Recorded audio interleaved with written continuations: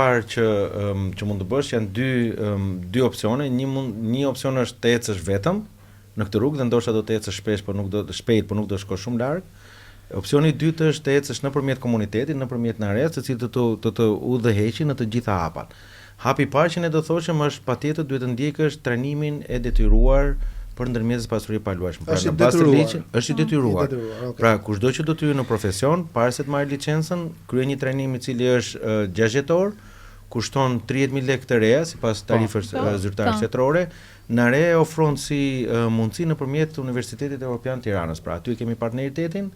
Hapet klasa çdo muaj, praktikisht klasa e 7. Çdo muaj, praktikisht klasa e 7. Aq kërkesë ka. Ka kërkesë sepse vazhdon ka prurje, përveç se janë 1739 ndërmjetës të licencuar aktualisht, vazhdon ka për shkak të qarkullimit, mos llogaritjes saktë, gjatësisë në sektore dhe kostot gjitha, ka dalje, ka dhe hyrje të reja.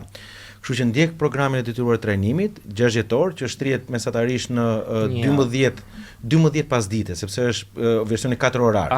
12 pasdite plus pjesa e praktikës, mbaron trajnimin, jep provim dhe provimin ti duhet të marrësh 80% pikëve minimalisht, pra ka një vështirësi.